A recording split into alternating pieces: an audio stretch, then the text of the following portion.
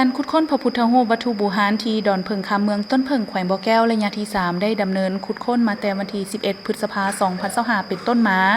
คณะรับผิดชอบการขุดค้นพระพุทธรูปจากกรมมรดกกระทรวงแถลงข่าววัฒนธรรมและท่องเที่ยวร่วมกับแผนกแถลงข่าววัฒนธรรมและท่องเที่ยวแขวงบ่อแก้วเมืองต้นเพิงอำนาจการปกครองบ้านพร้อมด้วยบริษัทพันวิละเก็บกู้ระเบิดอำนาจการปกครองบ้านพร้อมด้วยประชาชนบ้านใหญ่ต้นเพิงได้พบเห็นผาปางสนามานสูง 44 ซน. หน้าตากว้างประมาณ 27 ซน. องค์บาลัยกว้าง 18 ซน. และวัตถุเป็นก้อนคล้ายคือเงิน 4 ก้อน หน้าทางเล็ก 1 อัน มาถึงวันที่22 พฤษภาคม 2025 ตามการรายงานของคณะรับผิดชอบให้ข้อมูลกับทีมข่าววิทยุโทรภาพแขวงบ่อแก้วฮู้ว่านับแต่การขุดค้นพระพุทธรูประยะที่ 3 แต่วันที่ 12 ถึง 22 พฤษภาคม 2025 นี้สามารถขุดค้นพบเห็นพระพุทธรูปและสิ้นส่วนต่างๆประกอบมีพระปางสนามาน1 องค์ส่วนฐานมีความแตกหักสิ้นส่วนของพระพุทธรูป2 สิ้นผ้าใบโพขนาดสูง 7 ซน. กว้าง 3 ซน. 1 องค์ผ้าใบโพขนาดสูง 6.5 ซน. กว้าง 3 ซน. 1 องค์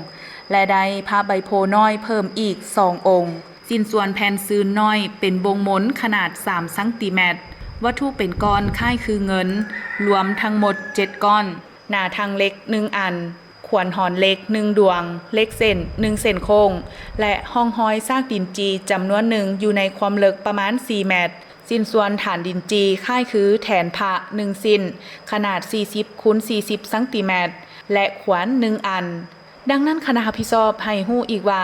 ในแต่ละวันการขุดค้นพระพุทธรูปที่นำของเขตสัมปทานดอนเพิงคำเมืองต้นเพิงแขวงบ่อแก้วทั้งศูนย์กลางและท้องถิ่นได้ประสานสมทบกันอย่างสนิทแน่นและแบ่งความรับผิดชอบอย่างละเอียดเพื่อเฮ็ดให้การขุดค้นดำเนินไปด้วยดีมีบรรยากาศสามัคคีฮักแพงปุ้มลุ่มเป็นหนึ่งเดียวในการสร้างประวัติการณ์อันใหม่ยิ่งใหญ่กว่าเก่า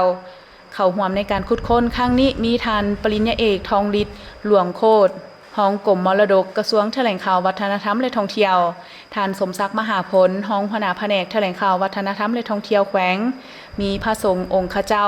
อำนาจการปกครองบ้านการจัดตั้งบ้านพร้อมด้วยคณะทีมงานขุดค้นจากศูนย์กลางและท้องถิ่นทั้งนี้ก็เพื่อกอบกู้เอาวัตถุมงคลและบูชาก็คือพระพุทธรูปที่เป็นห้องห้อยประวัติศาสตร์ทางด้านวัฒนธรรม